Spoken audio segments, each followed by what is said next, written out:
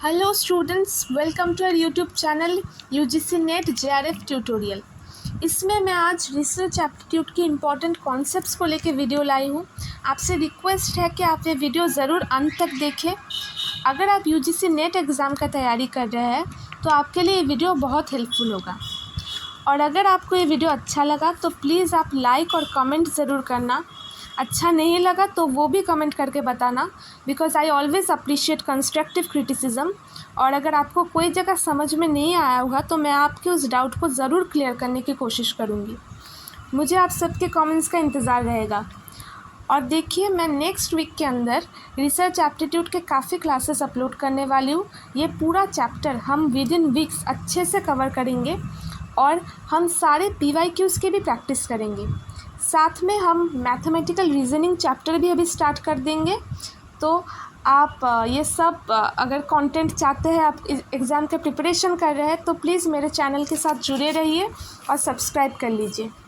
तो चलिए आज का क्लास स्टार्ट करते हैं। देखिए, रिसर्च क्या है? रिसर्च एक इंक्वायरी है जिसमें हम किसी नया तथ्य या नॉलेज का खोज करते हैं। देखिए, ये एक केयरफुल इन्वेस्टिगेशन है और inquiry especially through search for new facts in any branch of knowledge. ठीक है, इसमें हम नया तथ्य या फिर नॉलेज का खोज करते हैं। अगर आप कोई नया टॉपिक जानना चाह रहे हैं या फिर किसी ऑलरेडी नोन टॉपिक को कुछ नया एस्पेक्ट से स्टडी करना चाहते हैं, यानी कुछ नया इंसाइट देना चाहते हैं, इसमें हम इंफॉर्मेशन को एनालाइज करते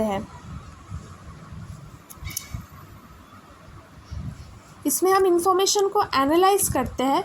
ताकि एक टॉपिक को एक नए नज़रिए से समझ सके। ठीक है, रिसर्च स्ट्रक्चर्ड इंक्वायरी भी होता है। इसमें सब स्ट्रक्चर्ड तरीके से पूरा प्रोसेस है। इसको साइंटिफिक इंक्वायरी भी कहा जाता है।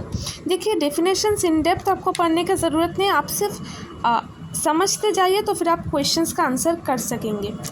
ठीक है, रिसर्च में हम क्या करते हैं? रिसर्च में हम ये देखिए, review and synthesise existing knowledge. Research में हम अलग थ्योरीज को सिंथेसाइज करके यानी मर्ज करके एक नया थ्योरी को इनोवेट कर सकते हैं। ठीक है, इसमें क्या करते हैं? Gain familiarity with new phenomenon, किसी नए फिनोमेनन को जानते हैं या फिर develop new insight into a phenomenon. ठीक है, to test hypothesis causal relationship को चेक करते हैं। इसमें existing situation problem offer solution to a problem. ठीक है, किसी प्रॉब्लम के सॉल्यूशन को खोजने के लिए भी हम रिसर्च करते हैं। फॉर एग्जांपल, जब कोविड-19 हुआ था तब काफ़ी रिसर्चेस उस पर हुआ था, उसके प्रिकॉशन के लिए, ताकि कोविड-19 और स्प्रेड ना हो और हम सल्यूशन मिल सके हम सबको कि हम उस पैंडमिक सिचुएशन से कैसे बाहर आ सके। ठीक है, इससे क्या करते हैं? न्यू प्रोसीजर सिस्टम भी क्रिएट कर सकते हैं या फिर जनरेट न्यू नॉलेज। ठीक है, अभी देखिए, ये कैरेक्टरिस्टिक्स से काफ़ी क्वेश्चंस आते हैं। ये बहुत इंपॉर्टेंट है एग्ज़ाम के लिए, तो इसको अच्छे से समझ लीजिए। पहला है ऑब्जेक्टिविटी। ठीक है, रिसर्चर क्या? Objectivity means research is without any बायस और प्रेजुडिस। ठीक है, रिसर्चर अपने रिसर्च में कोई पक्षपात नहीं कर सकता। उनका फ़र्ज़ है कि रिसर्च में वो न्यूट्रल रहे। ठीक है, researchers personal opinion, behaviour, attitude should not affect the outcome of the research study. ठीक है, रिसर्च का आउटकम जो है वो रिसर्चर का जो बिलीफ सिस्टम है, थॉट प्रोसेस है, ओपिनियंस, इन सब से बिल्कुल भी अफेक्टेड नहीं होना चाहिए, क्योंकि उससे रिसर्च को बायस होने का संभावना है। हम डेटा को क्या करेंगे? एज इट इज स्टडी करेंगे। हम डेटा को एज इट इज स्टडी करेंगे without any pre conceived notion. ठीक है, तो हमें क्या करना है? रिसर्चर को पक्षपात नहीं कर सकते, उन्हें न्यूट्रल रहना उनका कर्तव्य है। ठीक है, यहाँ देखिए, Objectivity means conclusion arrived as a result of inquiry that are independent of race, color, religion, moral ideologies of investigator. Investigator का जो मोरल आइडियोलॉजी है, रिलीजन है, रेस है, इन सब को साइड में रख के उन्हें न्यूट्रल रह के रिसर्च करना पड़ेगा, फैक्ट्स को एज इट एज प्रेजेंट करना पड़ेगा। ठीक है, ये बेसिकली ऑब्जेक्टिविटी। चलिए नेक्स्ट देखते हैं क्रेडिबिलिटी। ये देखिए,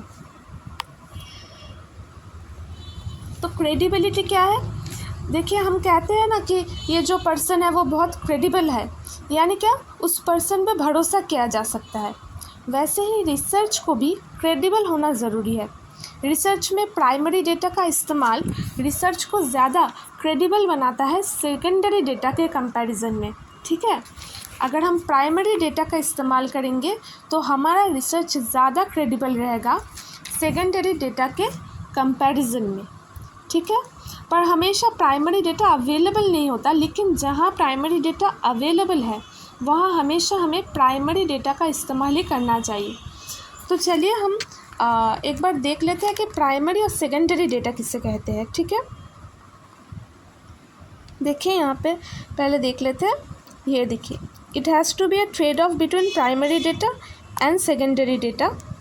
ठीक है, the accurate reference in research enhances the credibility of research, fake reference decrease the credibility of research.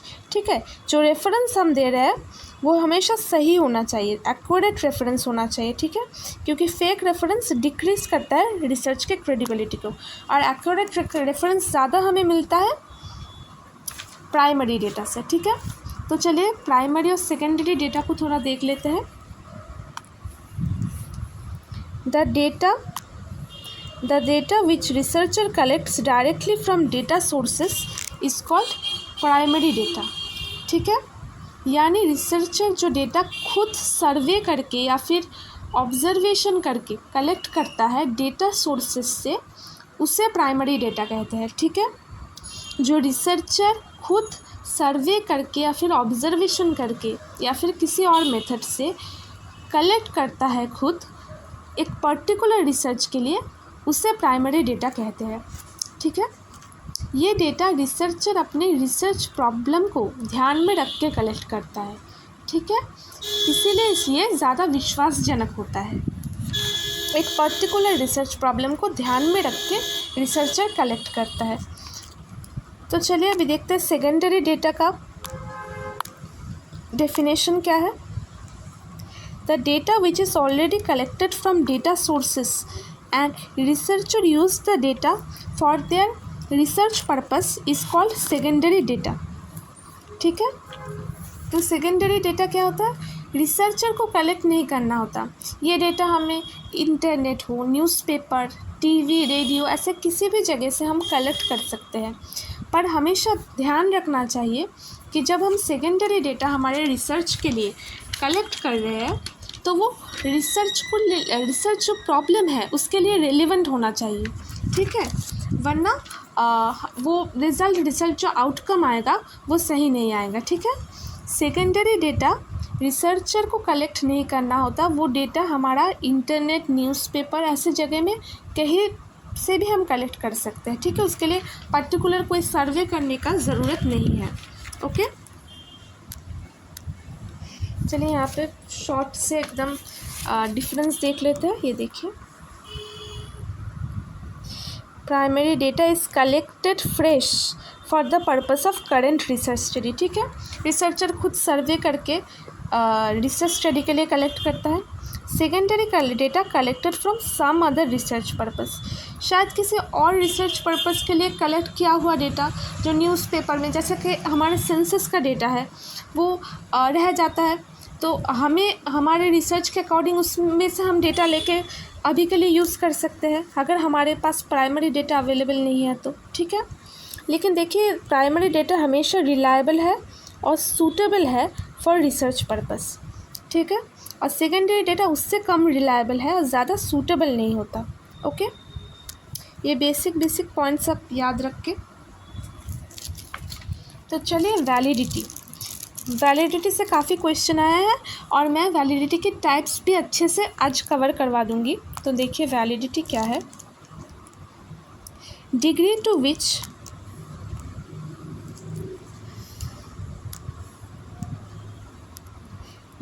Which an instrument measures what it is intended to measure.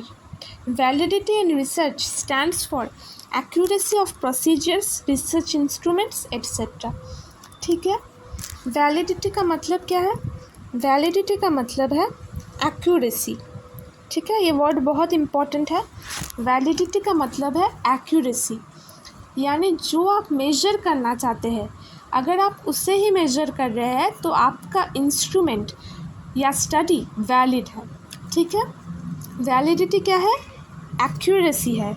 जो आप major करना चाह रहे हैं अगर आप उसे ही मेजर कर रहे हैं तो आपका इंस्ट्रूमेंट या फिर आपका जो रिसर्च स्टडी है वो वैलिड है। पर अगर जो आप मेजर करना चाहते हैं अगर आपका जो इंस्ट्रूमेंट है किसी और चीज़ को मेजर करता है तो वो इनवैलिड होगा। ठीक है, यहाँ पे देखिए बहुत एक सिंपल से एग्जांपल से समझेंगे। ये देखिए, thermometer is designed to measure temperature of the body, it can not be use to check blood pressure. ठीक है, ये देखिए मैं अच्छे से समझाती हूँ। अगर हमें कभी फीवर होता है तो हम क्या करते हैं? थर्मोमीटर लेके उससे बॉडी टेम्परेचर को मेजर करते हैं। अगर हम थर्मोमीटर को बॉडी टेम्परेचर को मेजर करने के लिए यूज़ करते हैं तो वो वैलिड है, क्योंकि थर्मोमीटर का इन्वेंशन ही जो हुआ है वो बॉडी टेम्परेचर को मेजर करने के लिए हुआ है। अगर हम थर्मोमीटर को शुगर लेवल चेक करने के लिए यूज़ करते हैं तब वो इनवैलिड होता, क्योंकि उसे बॉडी टेम्परेचर को मेजर करने के लिए डेवलप किया गया है। राइट, थर्मोमीटर जो है उससे अगर हम बॉडी टेम्परेचर को मेजर करते हैं तो उसे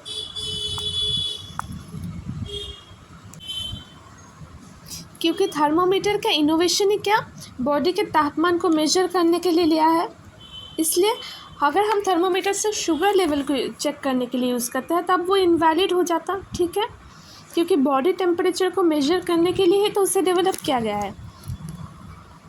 तो चलिए अभी हम डिफरेंट टाइप्स ऑफ वैलिडिटी को चेक करते हैं। ओके, पहला इंटरनल वैलिडिटी। इंटरनल, एक सेकेंड, ये देखिए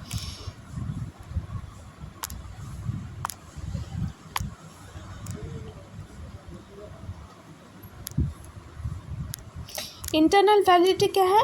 internal validity is concerned with causal relationship between two और मोर वेरिएबल्स। ठीक है, इंटरनल वैलिडिटी जितना ज़्यादा रहेगा उतना अच्छे से रिसर्चर दो वेरिएबल्स के बीच कॉजल रिलेशनशिप एस्टैब्लिश कर पाएगा। ठीक है, जैसे लेबोरेटरी रिसर्च में हम कॉजल रिलेशनशिप ज़्यादा स्ट्रांगली एस्टैब्लिश कर पाते हैं। Right, internal validity is concerned with causal relationship between two और मोर वेरिएबल्स। जितना अच्छा ज़्यादा इंटरनल वैलिडिटी रहेगा रिसर्चर दो वेरिएबल्स के बीच कॉजल रिलेशनशिप इस्टेब्लिश कर पाएगा। ठीक है, तो एक्सटर्नल वैलिडिटी क्या है? इन दोनों से काफ़ी सवाल पूछे जाते हैं। देखिए, external validity means research findings should be applied to larger population. External validity is basically the degree to which research outcome can be generalized and applied to other contexts that are not under study। ठीक है, यानी क्या? External validity यानी हमारा जो research findings निकलेगा उसे हम उस स्टडी के बाहर भी सब सिचुएशंस पे अप्लाई कर सके। ठीक है, उसे क्या कर सके? उसे हम जनरलाइज कर सके, लार्जर पॉपुलेशन पे अप्लाई कर सके। देखिए, generalised, which can be generalised. ठीक है, इस वर्ड को लेकर क्वेश्चन पूछा गया है पर्टिकुलरली। ठीक है, एक्सटर्नल वैलिडिटी क्या हुआ? जो हमारा रिसर्च फाइंडिंग निकलेगा उसे हम उस स्टडी के बाहर भी सारे सिचुएशंस पे अप्लाई कर सकें, उसे हम जनरलाइज कर सकें, लार्जर जो पॉपुलेशन है उन पे अप्लाई कर सकें, वो एक्सटर्नल वैलिडिटी है। ठीक है, तो find high external validity suggest that findings can be applied beyond the specific case of study. Okay, तो चलिए नेक्स्ट क्या है, face validity. Face validity means survey and questionnaire appears to measure what it claims to measure based on face value। ठीक है, face validity यानी क्या, हमारा test देखने में उसी चीज़ को मेजर कर रहा है जिसे मेजर करने के लिए उसे बनाया गया है। एक्चुअल में वो मेजर ना करे तो भी चलेगा, पर देखने में फेस वैल्यू, ठीक है, हमारा टेस्ट देखने में उसी चीज़ को मेजर कर रहा है जिसे मेजर करने के लिए उसे बनाया गया है। ठीक है, फेस वैल्यू से कोरिलेटेड है ये कि टेस्ट का अपीयरेंस से हमें क्या लग रहा है।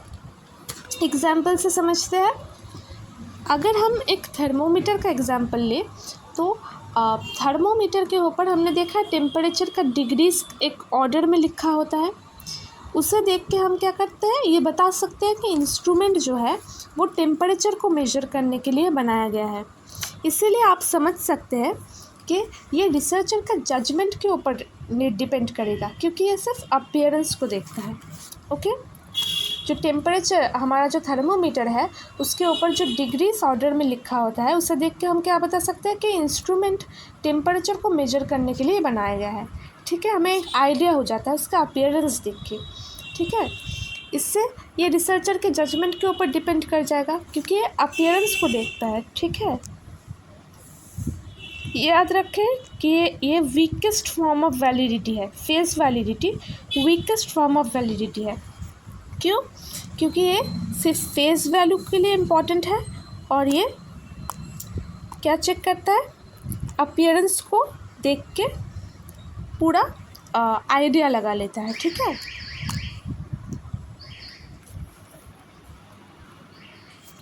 कंटेंट वैलिडिटी क्या है? The extent to which the measurement covers all aspects of the construct or concept and not just a part of it। जिस चीज़ को मेजर करने के लिए हमने टेस्ट बनाया गया है वो टेस्ट अगर उसी कंटेंट को मेजर कर रहा है तो वो कंटेंट वैलिडिटी होगा। ठीक है, जिस चीज़ को मेजर करने के लिए हम एक टेस्ट बना रहे हैं, अगर वो टेस्ट उस कंटेंट को मेजर कर रहा है तो वो कंटेंट वैलिडिटी होगा। अगर नहीं कर रहा है तो वो कंटेंट वैलिडिटी नहीं रहेगा, वो इनवैलिड हो जाएगा। ओके, चलिए इसको समझते हैं। Criterion validity. क्राइटेरियन वैलिडिटी क्या है? It evaluates how accurately one measure predicts the outcome from another measure. ठीक है, इसको अगर हम एग्जाम्पल लेंगे तो बहुत आसानी से समझ सकेंगे। तो चलिए, अगर किसी स्टूडेंट को समझिए कि किसी बड़े यूनिवर्सिटी में एडमिशन के लिए एंट्रेंस टेस्ट देना पड़ता है। ठीक है, आजकल काफ़ी जगह देना पड़ता है। तो अगर वो स्टूडेंट एंट्रेंस टेस्ट देता है तो उसका इफ़ेक्ट क्या उस स्टूडेंट का फ्यूचर एकेडमिक परफॉर्मेंस जो फाइनल रिज़ल्ट है उसमें पड़ता है। यानी अगर उस स्टूडेंट का एंट्रेंस टेस्ट अच्छा होगा तो क्या उसका हमेशा अच्छा स्कोर रहेगा पूरे एकेडमिक ईयर में? तो हम एंट्रेंस टेस्ट के रिज़ल्ट को क्राइटेरिया बना लेते हैं। एंट्रेंस टेस्ट और फाइनल एग्ज़ाम का टेस्ट स्कोर अगर क्लोज हुआ तो हमें कह सकते हैं कि उस यूनिवर्सिटी का जो एंट्रेंस टेस्ट है उसका क्राइटेरियन वैलिडिटी है। ठीक है, क्या एक मेजर यानी एंट्रेंस टेस्ट दूसरा मेजर यानी फाइनल रिज़ल्ट को प्रेडिक्ट कर सकता है या नहीं? ठीक है, मैं एक और बार रिपीट कर देती हूँ, आप अच्छे से समझ लें। देखिए, this is basically how accurately one measure predicts the outcome of for another measure. Okay,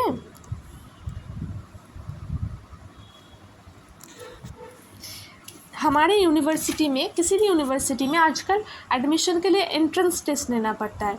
तो जिस स्टूडेंट को एंट्रेंस टेस्ट देना पड़ता है तो उसका इफेक्ट क्या उस स्टूडेंट का हम कह सकते हैं कि फ्यूचर जो एकेडमिक परफॉर्मेंस रहेगा, उसका जो फाइनल रिजल्ट रहेगा उसमें पड़ता है।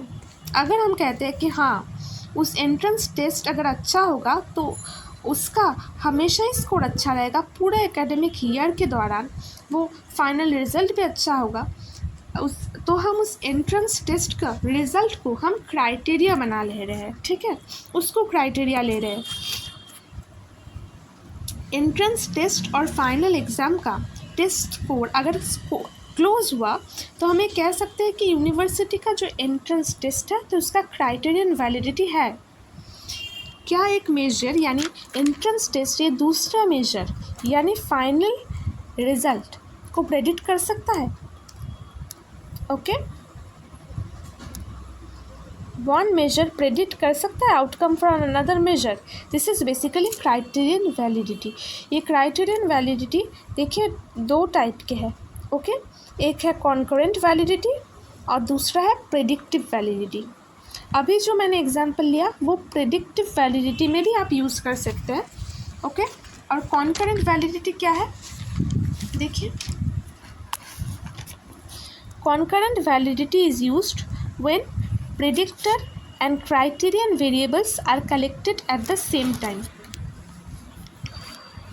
concurrent validity यानी अगर हमें एक टेस्ट लिया है तो उस टेस्ट के स्कोर को हमने उसी टाइम दूसरे एक टेस्ट के स्कोर के साथ कंपेयर किया, अगर दोनों स्कोर में कोरिलेशन है तो उसमें concurrent validity रहता है।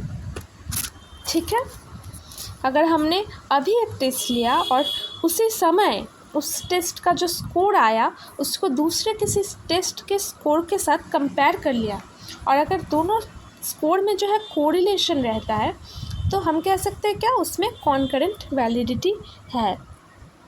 और अगर दोनों स्कोर में कोई कोरिलेशन नहीं हो तो हम कहेंगे उसमें कॉन्करेंट वैलिडिटी नहीं है।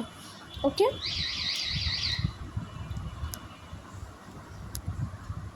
देखिए उसके बाद प्रेडिक्टिव वैलिडिटी, ये मैंने जो पहला वाला एग्जाम्पल लिया वो प्रेडिक्टिव वैलिडिटी का ही था। Used when a criterion variables predict what is suppose to predict after test. तो उस वाले एग्ज़ाम में हमने प्रेडिक्ट किया कि क्या एंट्रेंस टेस्ट के रिज़ल्ट को हम क्राइटेरिया बना के हम प्रेडिक्ट कर रहे हैं कि फाइनल एग्ज़ाम में उस स्टूडेंट का स्कोर क्या होगा या फिर पूरा ईयर उसका एकेडमिक परफॉर्मेंस कैसा होगा।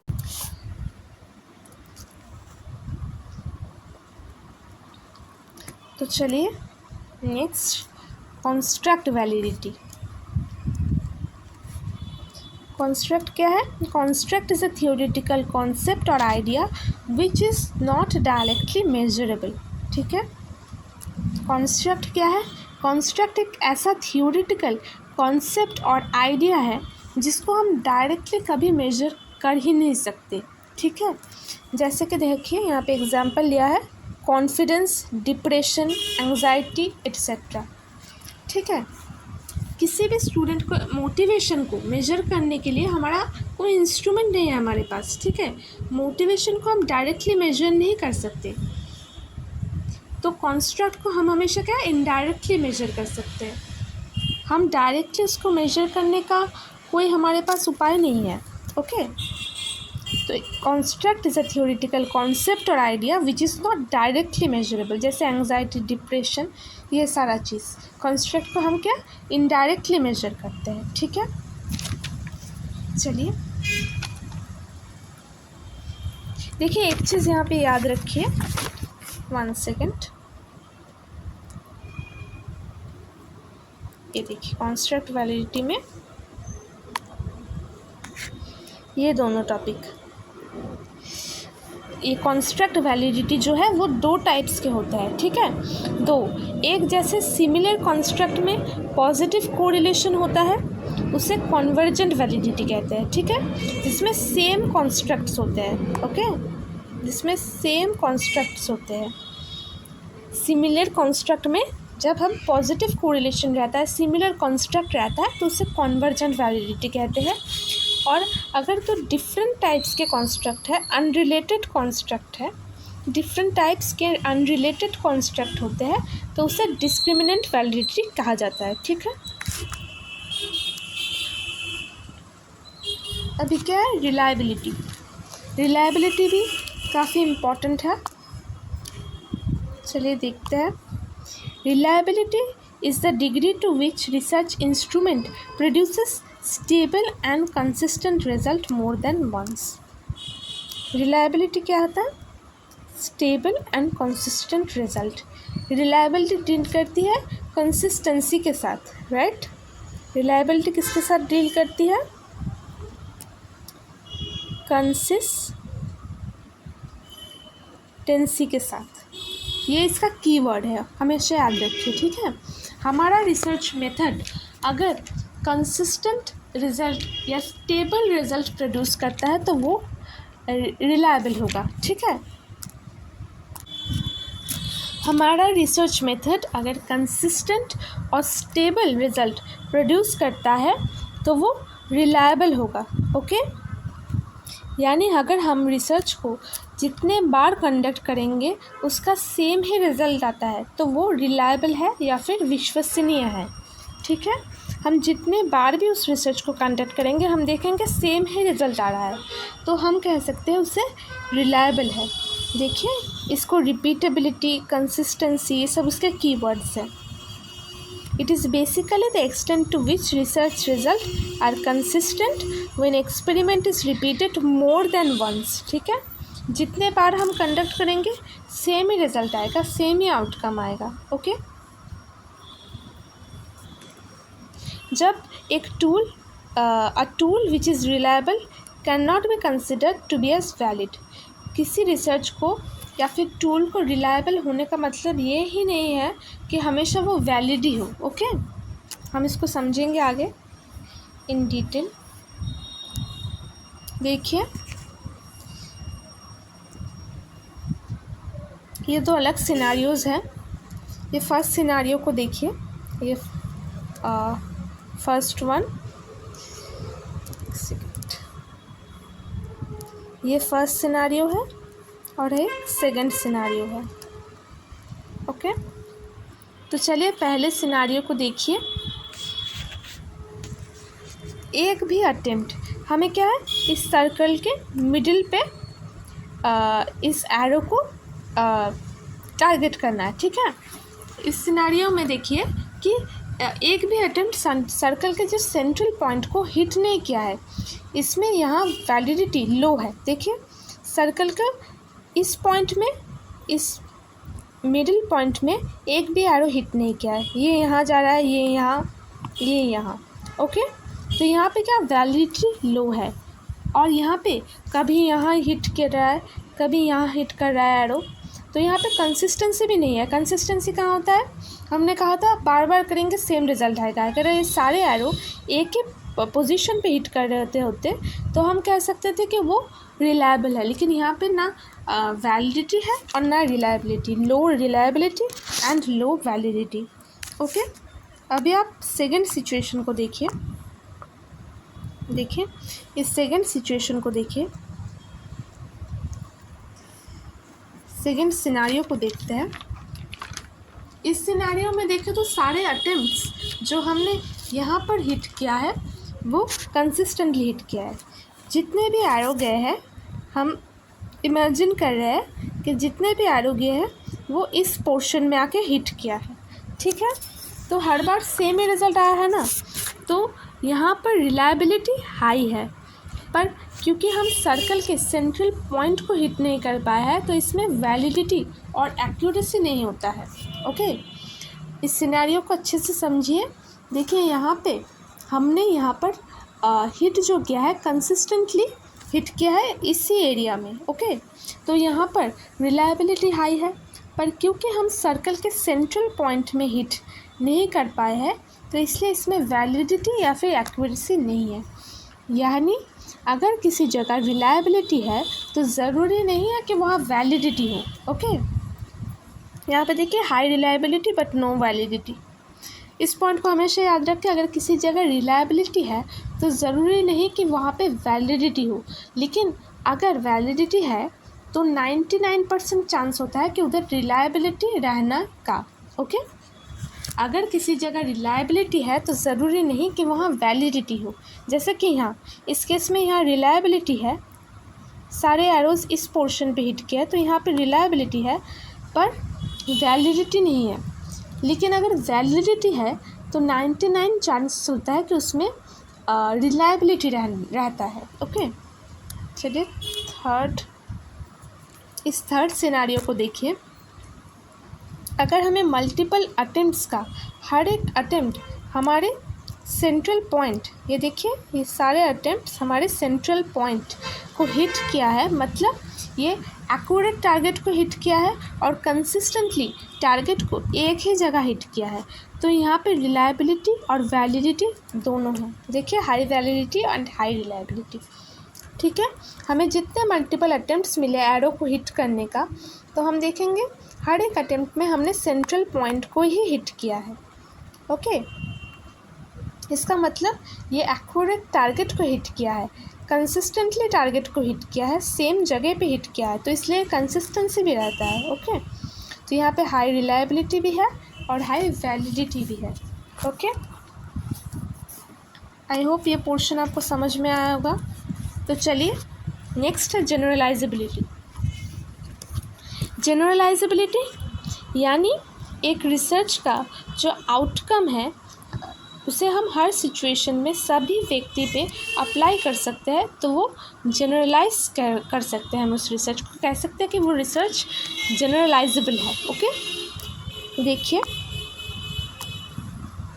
It is closely related to external validity. हमने एक्सटर्नल वैलिडिटी पे भी यही पढ़ा था। हमने कहा था कि उसका एक बेसिक कैरेक्टरिस्टिक्स है कि वो हम उसे जनरलाइज कर सकते हैं। ठीक है, it refers to the degree to which research finding can be applied to larger population. ठीक है, लार्जर पॉपुलेशन हमने एक्सटर्नल वैलिडिटी में भी पढ़ा था कि हम उसको वो रिसर्च जो पर्टिकुलर रिसर्च होगा हम कोशिश करेंगे उसे लार्जर पॉपुलेशन में उसे अप्लाई कर सकें। ठीक है, यहाँ पे देखिए जनरलाइजेबिलिटी क्या एक रिसर्च का आउटकम है। आउटकम को जब हम हर सिचुएशन में हर सभी व्यक्ति पे अप्लाई कर सकें तो उसे हम जनरलाइजेबिलिटी कहते हैं। फॉर एग्जांपल से समझते हैं, जैसे कि कोरोना का वैक्सीन, ये सबके लिए हेल्पफुल होता है।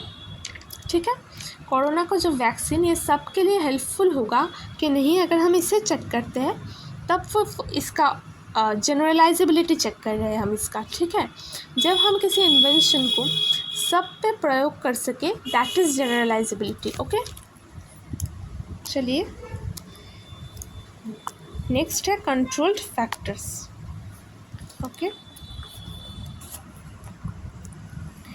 in real life experience there is always more than one factor that affects an outcome of an event. Similarly, in research various factors may affect the outcome and some are taken as controlled factors whereas others are tested for possible outcome. Okay, हमने देखा है कि experimental studies में हम independent variable को change करके उसका effect dependent variable पे स्टडी करते हैं। ओके, तो एक्सपेरिमेंटल रिसर्च पे ऐसे काफ़ी वेरिएबल्स हैं other than independent variable, dependent variable, जिनको कंट्रोल करना ज़रूरी है, नहीं तो आउटकम को सही नहीं मिलता। ठीक है, हमें पता है काफ़ी वेरिएबल्स है, एक्सट्रानियस वेरिएबल्स है, confounding variables, different type of variables. तो क्या है, हम क्या करते हैं एक्सपेरिमेंटल रिसर्च पे ऐसे जो अदर वेरिएबल्स हैं उनको हम कंट्रोल करता है, क्योंकि हम इंडिपेंडेंट वेरिएबल का इफेक्ट डिपेंडेंट वेरिएबल पे स्टडी करना चाहते हैं। ओके, और अगर हम उन वेरिएबल्स को कंट्रोल नहीं करेंगे तो आउटकम कभी सही नहीं निकलेगा। ठीक है, तो जो एक्सपेरिमेंट्स हम देखते हैं कि लैबोरेटरीज़ में होता है उनको कंट्रोल करना आसान रहता है, लेकिन जो सोशल साइंस में ह्यूमन बींग्स जुड़े हैं उसमें, इसीलिए यहाँ कंट्रोल करना डिफ़िकल्ट होता है। ठीक है, यहाँ देखिए in physical sciences it is easier to control such factors as experiments are conducted in laboratories, but in social sciences it is difficult as research is carried out on the issues related to human beings living in the society where exerting such control is not possible. ठीक है, जो laboratories में experiment होता है उसको control करना आसान होता है, बट सोशल साइंस रिसर्च में क्योंकि ह्यूमन बींग से जुड़ा होता है हम इसको कंट्रोल नहीं कर सकते। ठीक है, चलिए नेक्स्ट रिसर्च। यहाँ पे और काफ़ी कैरेक्टरिस्टिक्स बोला गया है, देखिए। Systematic, for a research to be effective it has to be systematic, every research should follow a definite procedure. ठीक है, तो डेफिनेट प्रोसीजर तो होना ही चाहिए। रिसर्च जो है उसे सिस्टमैटिक होना चाहिए, रिसर्च का अपना एक प्रोसीजर होना चाहिए। जैसे कि आप सब रिसर्च करेंगे तो ऑब्वियसली इंट्रोडक्शन से शुरुआत करेंगे, ठीक है, एंड में जाके आप कंक्लूजन को रिसर्च रिपोर्ट में लिखेंगे। ऐसा तो नहीं होगा कि आप एंड में जाके इंट्रोडक्शन को लिखेंगे या फिर रिसर्च रिपोर्ट पहले तैयार कर देंगे। So there is a systematic process. पहले रिसर्च प्रॉब्लम को आइडेंटिफाई करना, फिर लिटरेचर रिव्यू करना, फिर डेटा कलेक्शन, उस हाइपोथेसिस स्टडी करना। ठीक है, हम रिसर्च स्टेप्स ज़रूर पढ़ेंगे नेक्स्ट क्लास में। हम इन डिटेल्ड स्टेप बाय स्टेप हमारा रिसर्च का जो स्टेप्स है, प्रोसीजर है, उसको स्टडी करेंगे। ठीक है, यहाँ पे देखिए नेक्स्ट प्रॉब्लम, साइक्लिकल। रिसर्च जो है साइक्लिकल प्रोसेस है because it starts with a problem and and with a problem. ठीक है, यहाँ पे याद रखिएगा अगर पूछा जाता है कि साइक्लिकल रिसर्च कौन सा है तो उसका आंसर एक्शन रिसर्च होगा। ठीक है, एक्शन रिसर्च को हम साइक्लिकल रिसर्च कहते हैं। ओके, ऑलवेज रिमेंबर, क्योंकि इससे काफ़ी क्वेश्चन पूछा गया है। हमारा जो एक्शन रिसर्च है उसे हम साइक्लिकल रिसर्च कहते हैं। ओके, एक्शन रिसर्च को हम हमेशा साइक्लिकल रिसर्च कहते हैं। Okay, logical, a good research is guided by logical reasoning, तो लॉजिक तो होगा ही, रिसर्च लॉजिकल होगा। और रेप्लिकेबल, ठीक है, that research can be verified bye repetition of a research study. ठीक है, रिसर्च जो है रेप्लिकेबल होना चाहिए। अगर हम उसी रिसर्च को दोबारा कंडक्ट कर सकते हैं तो वो रेप्लिकेबल होगा। इससे हम क्या करते हैं, रिसर्च का जो रिज़ल्ट होता है उसको वेरीफाई कर सकते हैं। ओके, अगर हम एक ही रिसर्च स्टडी को दोबारा कंडक्ट कर सकते हैं तो हम कह सकते हैं कि वो रिसर्च रेप्लिकेबल है। इससे क्या, हम रिसर्च का जो रिज़ल्ट है उसको वेरीफाई करते हैं। जैसे कि कोरोना का जब वैक्सीन आया तो काफ़ी रिसर्चेस करने के बाद ही आया, काफ़ी ट्रायल्स हुए, काफ़ी ट्रायल्स होने के बाद वो वैक्सीन आया। रिसर्च को रेप्लिकेट करके हम रिज़ल्ट्स को वेरीफाई कर पाए, उससे रीचेक कर पाए, इसलिए रेप्लिकेट करते हैं। ओके, तो चलिए नेक्स्ट, अभी देखिए यहाँ पे कुछ positivist and post positivist approaches है रिसर्च के, जो एकदम टू द पॉइंट इसमें से क्वेश्चन पूछा जाता है। इन डेप्थ जाने की कोई ज़रूरत नहीं है बिकॉज एकदम वर्ड उठा के इसमें से क्वेश्चन पूछे जाते हैं। ठीक है, ये देखिए एपिस्टेमोलॉजी, ये वर्ड जब भी रहेगा तो आप समझ जाएगा it is the study of knowledge. ठीक है, एपिस्टेमोलॉजी क्या है, study of knowledge. It deals with origin, nature, methods to acquire knowledge. It is related with knowledge. Okay, next है मेटाफिजिक्स। मेटाफिजिक्स है branch of philosophy that deals with abstract concepts. ठीक है, metaphysics जो है philosophy का एक branch है जो एब्स्ट्रैक्ट कॉन्सेप्ट्स के साथ डील करता है। एब्स्ट्रैक्ट कॉन्सेप्ट्स कौन से हैं, जैसे कि बीइंग, सत्ता हुआ, नोइंग हुआ, हमारा स्पेस एंड टाइम, ये सब हुआ, हम एंटिटी, आइडेंटिटी, ये सारी चीज़ों को लेके मेटाफिजिक्स में डील करते हैं। ठीक है, world, being etcetera. Okay, ontology क्या है, it is a branch of metaphysics dealing with the nature of being and reality. It deals with the nature of being and reality. ठीक है, in short ontology refers to our ideas of reality and how it is constituted. ठीक है, याद रखिए nature of being. एक्शियोलॉजी क्या है, it is the branch of philosophy that studies judgment about values. ठीक है, एक्शियोलॉजी बेसिकली स्टडी ऑफ वैल्यूज़ है। Okay, it is the study of values. हमें पता है कि रिसर्च में वैल्यूज़ इज़ इम्पॉर्टेंट। आजकल रिसर्च में सबसे ज़्यादा इम्पॉर्टेंट जो है वो रिसर्च एथिक्स ही है, ठीक है। तो ये axiology is the study of values, okay. Research paradigm क्या है? Research paradigm is basically a way of thinking, okay. Research paradigm क्या है? It is specifically a way of thinking. ये वे ऑफ थिंकिंग है about something, how to study, ठीक है। Different research paradigms है, जैसे कि पॉजिटिविज़म, पोस्ट पॉजिटिविज़म, ये सारे सोचने के अलग अलग भावधारा है, ठीक है। डिफरेंट आइडियोलॉजीज़ है, एक चीज़ को स्टडी करने के इंटरप्रेट करने का डिफरेंट आइडियोलॉजीज़ है, ओके। देखिए यहाँ पे दो पॉइंट बहुत इम्पॉर्टेंट है, वो है पॉजिटिविज़म एंड पोस्ट पॉजिटिविज़म। ये दोनों अप्रोचेस से काफ़ी क्वेश्चंस आता है, बोथ आर वेरी इम्पॉर्टेंट, ठीक है।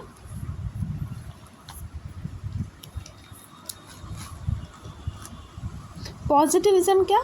ये शब्द जो है फिलोसोफर ऑगस्ट कॉम्टे ने पहली बार दिया था, ओके। ये 19th सेंचुरी में, ये पॉजिटिविज़म कब का धारा है? 19th सेंचुरी का, ओके। यहाँ पे लिखती हूँ 19th सेंचुरी का धारा, ठीक है। 19th सेंचुरी का सोच। 19th सेंचुरी में क्या साइंस को है सबसे ज़्यादा इम्पोर्टेंस दिया गया था। जिन फिलोसोफर्स ने पॉजिटिविज़म थ्योरी को माना था उन्हें पॉजिटिविस्ट कहा जाता है। तो पॉजिटिविज़म क्या मानता है? वो लोग मानते हैं कि साइंटिफिक मेथड से ही रियलिटी और ट्रूथ को जान सकते हैं। देखिए, science is the only way to learn about the truth. Positivist क्या मानते हैं कि हम साइंटिफिक मेथड से ही रियलिटी को जान सकते हैं, हम साइंटिफिक मेथड के बदौलत ही ट्रूथ तक पहुंच सकते हैं, ठीक है। इसमें रिसर्चर का फैक्चुअल नॉलेज को ही स्टडी करते हैं जो उसे ऑब्जर्वेशन में मिलता है। हमारे सेंस ऑब्जर्वेशन से जो हमें फैक्चुअल नॉलेज मिलते हैं, रिसर्चर उसी को स्टडी करना चाहता है, ठीक है। यहाँ पे देखिए, this point is very important. The researcher is independent from the study and there is no provision of human interest within the study, ठीक है। ये देखिए, researcher needs to concentrate on factual knowledge, okay. यहाँ पे researcher factual knowledge को ही study करता है जो उसे ऑब्जर्वेशन से मिला हो, ठीक है। यानी हम जो टेक्चुअल रियलिटी है, जो ऑब्जेक्टिव रियलिटी है, रिसर्चर उसे स्टडी करना चाहता है। हर एक चीज़ को वो ऑब्जेक्टिव पॉइंट ऑफ व्यू से देखना चाहता है, ठीक है। ऑब्जेक्टिव ट्रूथ में बिलीव करता है। जैसे कि फॉर एग्जांपल ये सोचिए, एक माउंटेन है, ये एक माउंटेन है और ये माउंटेन्स जो है वो दो कंट्रीज़ के एकदम बीच में सिचुएटेड है, ओके। तो एक कंट्री के लोग इसे अल्फ़ा के नाम से जानते हैं, इस कंट्री के लोग इसे अल्फ़ा के नाम से जानते हैं, ओके। और इस तरफ के कंट्री के लोग इसे एटप के नाम से जानते हैं। जो इस कंट्री में रहते हैं वो लोग इसे एटप कहते हैं, जो इस साइड में रहते हैं पहाड़ के इस साइड, वो इस पहाड़ को अल्फ़ा के नाम से जानते हैं, ठीक है। ये अल्फ़ा, एटप, ये क्या है? ये सब्जेक्टिव व्यू है जो मैटर नहीं करता है। इस माउंटेन का जो एक टेक्चुअल रियलिटी है, जो ऑब्जेक्टिव रियलिटी है, वो मैटर करता है। ये कौन किस पर्सपेक्टिव से इसे जानता है, दैट डू नॉट मैटर, ठीक है। तो यहाँ पर रियलिटी रिसर्चर के थॉट प्रोसेस, रिसर्चर के बिलीव्स पे डिपेंड नहीं करता, उसका अपना एक ऑब्जेक्टिव रियलिटी है, ठीक है। जो रिसर्चर है उनका थॉट प्रोसेस, उनका बिलीफ सिस्टम, इससे उसका कोई लेना देना नहीं है। हम ऑब्जेक्टिव रियलिटी, हम फैक्ट्स को स्टडी करते हैं इसमें, ठीक है। यहाँ पे देखिए, पोस्ट पॉजिटिविज्म क्या है? Broad and specialised research, interpretive approaches and helps in creation of new knowledge, ठीक है। इसमें इंटरप्रिटेशन का जो है वो जगह रहता है। पोस्ट पॉजिटिविज़म कब आया, देखिए 21st सेंचुरी को आया है post positivism. Post positivism 21st century को आया है। 21st सेंचुरी का एरा है जो अभी हमारा चल रहा है। पोस्ट पॉजिटिविज़म क्या, हमारे बिलीव्स, हमारे थॉट प्रोसेस, हमारे एक्सपीरियंस, इन सबको वैल्यू देते हैं, ठीक है। ये लोग सब्जेक्टिव ट्रूथ पे ज़्यादा एम्फोसिस देते हैं। मैंने कहा पॉजिटिविज़म क्या देता है, ऑब्जेक्टिव ट्रूथ में ज़्यादा एम्फोसिस करता है, लेकिन पोस्ट पॉजिटिविज़म क्या, हमारा सब्जेक्टिव ट्रूथ, हमारा देखने का नज़रिया, हमारा जो बिलीव्स है, हमारा थॉट प्रोसेस है, हमारा जो एक्सपीरियंस है उसको एम्फोसिस देता है, ठीक है। ये लोग बोलते हैं कि हम हमारे एक्सपीरियंस से नॉलेज को कंस्ट्रक्ट करते हैं, ठीक है। यहाँ पे देखिए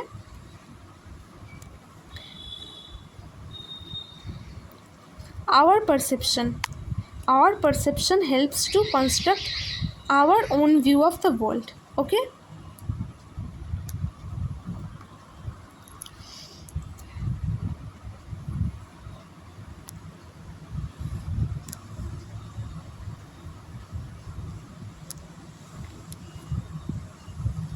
यहाँ पे देखिए, यहाँ पे क्या कह रहा है, ऑन्टोलॉजी इज रियलिस्ट। पॉजिटिविज़म क्या मानते हैं कि ऑन्टोलॉजी जो है वो रियलिस्ट है। पॉजिटिविज़म में क्या बोला जाता है कि एक ही रियलिटी है जिसे हम साइंस के थ्रू जानते हैं, ओके। एक ही रियलिटी को वो लोग मानते हैं जो हम साइंस के थ्रू जानते हैं। लेकिन पोस्ट पॉजिटिविज़म क्या मानते हैं, ये देखिए, ये लोग क्रिटिकल रियलिस्ट है।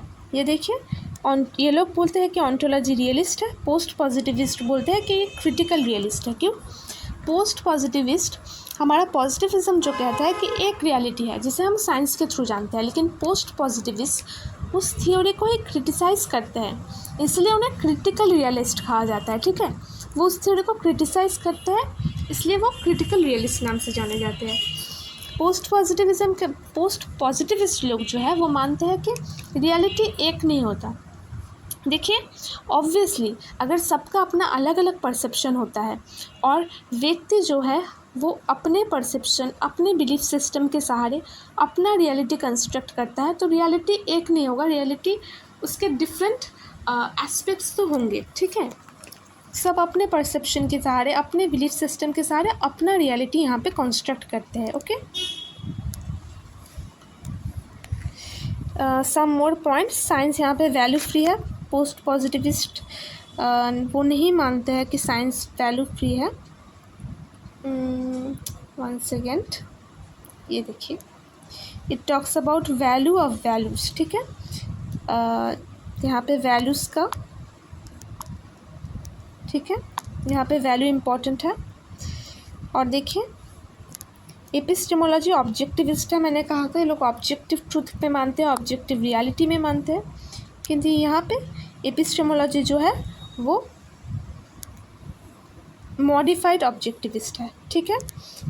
हम उस डायरेक्ट उस सोच को नहीं मानते हैं, हम उसको मॉडिफाई कर लेते हैं अपनी तरीके से, ओके। सम मोर पॉइंट्स, ये हमेशा याद रखें। देखिए, पॉजिटिविज़म जो है, एक सेकंड, ये देखिए, पॉजिटिविज़म जो है वो क्वांटिटेटिव अप्रोच है, पोस्ट पॉजिटिविज़म क्वालिटेटिव अप्रोच है, ओके। अगर आपको नहीं पता तो मैं शॉर्ट में क्वांटिटेटिव और क्वालिटेटिव भी बताने वाली हूँ, ठीक है, थोड़ा वेट कीजिए। पॉजिटिविज़म जो है ऑब्जेक्टिव मेथड है। मैंने क्या कहा था, पोस्ट पॉजिटिविज़म क्या है, सब्जेक्टिव मेथड है, ठीक है। हमारे सब्जेक्टिव इंटरेस्ट, हमारे एक्सपीरियंस, इसको वैल्यू देते हैं। कंस्ट्रक्टिविस्ट अप्रोच भी कह सकते हैं। पॉजिटिविज़म जो है डिडक्टिव मेथड यूज़ करता है, post positivism inductive method use कर सकता है। ये तो 19th सेंचुरी का है और पोस्ट पॉजिटिविज़म 21st सेंचुरी का। तो देखिए, पॉजिटिविज़म जो है क्वांटिटेटिव अप्रोच यूज़ करता है और पोस्ट पॉजिटिविज़म क्वालिटेटिव। तो क्या है, क्वांटिटेटिव एंड क्वालिटेटिव देख लेते हैं इन शॉर्ट। देखिए, क्वांटिटेटिव वो वेरिएबल्स हैं जिनको हम मेजर कर सकते हैं या नाप सकते हैं, ओके। जिन वेरिएबल्स को हम मेजर कर सकते हैं या फिर नाप सकते हैं, जैसे कि 1 kg + 1 kg = 2 kg। हम क्या कर सकते हैं, इसको मेजर कर सकते हैं, नाप सकते हैं। जिन वेरिएबल्स को हम नाप नहीं सकते हैं, मेजर नहीं कर सकते हैं, वो क्वालिटेटिव होते हैं, ठीक है। जैसे कि बिलीव्स, कल्चरल नॉर्म्स, वो क्वालिटेटिव होते हैं, ओके। जिन चीज़ों को हम नाप नहीं सकते हैं, मेजर नहीं कर सकते हैं, वो क्वालिटेटिव होते हैं, ओके। तो जिन वेरिएबल्स को हम नाप नहीं सकते, हम मेजर नहीं कर सकते, वो क्वालिटेटिव होते हैं। हमारा beliefs, cultural norms, okay. Basically it is non numerical data, okay. ये देखिए, जो हमारा 1 सेकेंड, जो हमारा क्वांटिटेटिव रिसर्च होता है उसमें न्यूमेरिकल डेटा का यूज़ किया जाता है, और क्वालिटेटिव में नॉन न्यूमेरिकल डेटा का, ओके। ये देखिए, quantitative research, researcher use this research to get objective conclusive answers, ठीक है। रिजल्ट्स ट्रस्टवर्दी होते हैं। जब ऑब्जेक्टिव हो कोई चीज़ तो वो ऑब्वियसली ट्रस्टवर्दी होता है। 2 + 2 4 ये हर जगह 2 + 2 = 4 ही रहता है। ये ट्रस्टवर्दी है, ये ऑब्जेक्टिव ट्रूथ है, ये मेरे और आपके बिलीफ सिस्टम पे डिपेंड नहीं करता है, ठीक है। It states the hypothesis which can be accepted और रिजेक्टेड, ठीक है। इसमें हम हाइपोथेसिस को तैयार करते हैं, एक हाइपोथेसिस को स्टेट करते हैं, ठीक है। फिर डेटा कलेक्ट करते हैं, फिर उस डेटा को एनालाइज करके उस हाइपोथेसिस को एक्सेप्ट या फिर रिजेक्ट करते हैं, ओके। क्या करते हैं, हम पहले हाइपोथेसिस को स्टेट करते हैं, फिर डेटा कलेक्ट करते हैं, फिर उस डेटा को एनालाइज करने के सहारे हम हाइपोथेसिस को एक्सेप्ट या फिर रिजेक्ट करते हैं, ओके। ये जो है पॉजिटिविज्म के साथ एसोसिएटेड है। मैंने पढ़ा था कि पॉजिटिविज्म क्या है, क्वांटिटेटिव अप्रोच है, okay. Helps to generalise the results to larger group of people, हम जनरलाइज करते हैं, ओके। ये डिडक्टिव मेथड है। मैं शॉर्ट में डिडक्टिव और इंडक्टिव भी बता देती हूँ आप लोगों को, पहले ये फिनिश कर लूँ। देखिए, क्वालिटेटिव क्या है, to study human beings in subject in depth study होता है। This method is not only about what people think, why people think so, ये वाई का जवाब देता है, ठीक है। कोई फैक्चुअल नहीं, ये वाई, ये इन डेप्थ स्टडी करता है, ठीक है। It starts with observation, AIIMS with formulating a theory, ठीक है। ऑब्जर्वेशन से शुरू होता है और थियोरी पे जाके ख़त्म होता है, ओके।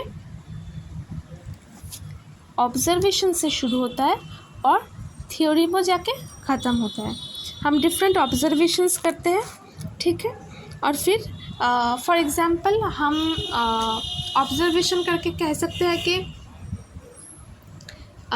जैसे सॉक्रेटिस इज़ मॉर्टल, ठीक है, Alexander is mortal, Plato is mortal, और इन सब के सारे हम कह सकते हैं कि ऑल मेन आर मॉर्टल। जैसे कह सकते हैं this crow is black, that crow is black, that crow is also black. In observation के सहारे हम क्या कह सकते हैं कि ऑल क्रोज आर ब्लैक, ठीक है। हम ऐसे थ्योरी को फॉर्मुलेट करते हैं। हम इसमें पैटर्न ढूंढ के क्या करते हैं, हम पैटर्न्स का खोज करते हैं और थ्योरी को फॉर्मुलेट करते हैं, okay. Let's generalise findings, inductive method, post positivism is qualitative, ठीक है। Inductive method, okay. तो ये डिडक्टिव और इंडक्टिव क्या है, it is very easy. Deductive में क्या करते हैं हम, देखिए इस पॉइंट के साथ, because deductive method is also quantitative approach, deductive approach, this all are similar terms, okay. It can be, ये देखिए, it states hypothesis which can be accepted और रिजेक्टेड, ओके। कोई भी हाइपोथेसिस हो, all men are mortal for example, तो हम क्या करते हैं, हम कह सकते हैं Socrates is a man, so Socrates is mortal. हम ऑल मेन आर मॉर्टल से एक स्पेसिफिक इंसान पे वो ले आके कहते हैं कि सॉक्रेटिस इज़ मॉर्टल, उस पर हम वो प्रयोग करते हैं, ठीक है। और क्वालिटेटिव में क्या होता है, ये जो हमारा इंडक्टिव मेथड है, ये ऑब्जर्वेशन से शुरू होता है और एंड विथ, ये इंडक्टिव क्या है, ये डिडक्टिव, और ये इंडक्टिव क्या है, ये ऑब्जर्वेशन से शुरू होता है और थियोरी को फॉर्मुलेट करता है। जैसे कि मैंने कहा, this crow is black, that crow is black, that crow is also black. हम इससे एक थ्योरी बना लेते हैं कि ऑल क्रोज आर ब्लैक, ठीक है। तो ये इंडक्टिव अप्रोच हुआ, जिसमें हम डिफरेंट फिनोमेना को ऑब्जर्व करके उनमें एक पैटर्न्स का खोज करते हैं, ठीक है। उनमें क्या खोज करते हैं, उनमें एक पैटर्न का खोज करते हैं और उस पैटर्न के सहारे हम एक जनरलाइजेशन करते हैं, ठीक है। आई होप आपको ये समझ में आया होगा। सो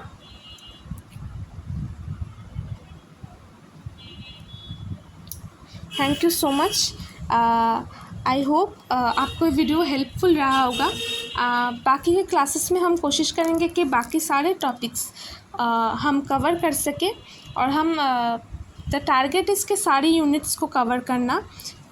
तो देखते हैं कितना कवर हो पाता है। रीनेट के पहले ज़्यादा कवर शायद ना हो पाए, पर कुछ यूनिट्स हम ज़रूर कवर करेंगे और कुछ यूनिट्स हम बहुत सीरियसनेस के साथ पढ़ने वाले हैं। जो है मैथमेटिकल रीजनिंग, मैं पहले से ही बता रही हूँ, उसको हम बहुत सीरियसली विथ PYQ उसको कवर करेंगे, ठीक है। अगर आप लोगों को अच्छा लगा तो प्लीज़ आप लोग ये लाइक कीजिए, शेयर कीजिए ज़्यादा से ज़्यादा लोगों के साथ और सब्सक्राइब कर लीजिए, क्योंकि बहुत वैल्यूएबल लेसन्स यहाँ पे आने वाले हैं। मैं ज़्यादा से ज़्यादा कंटेंट प्रोवाइड करने वाली हूँ। सो प्लीज़ अगर अच्छा लगा तो लाइक कीजिए, कमेंट कीजिए आपको कौन से टॉपिक्स पे क्लासेस चाहिए, आपको कहाँ दिक्कत हो रहा है, ICT, मैथमेटिकल रीजनिंग, कौन से टॉपिक से आपको स्टार्ट करना है, बोट एंड स्ट्रीम, ट्रेन या फिर कंपाउंड इंटरेस्ट, आप ये सब भी सजेशन में बता सकते हैं। तो प्लीज़ अगर आप कमेंट करेंगे तो मुझे समझने में आसानी रहेगी कि आपको कौन से टॉपिक में ज़्यादा डिफ़िकल्टी होता है, और वो मैं क्लासेस में पहले लेकर आऊँगी। रीनेट से पहले कोशिश करूँगी कि वो क्लासेस कवर कर दीजिए at least, okay. So please like, share and subscribe, and thank you so much.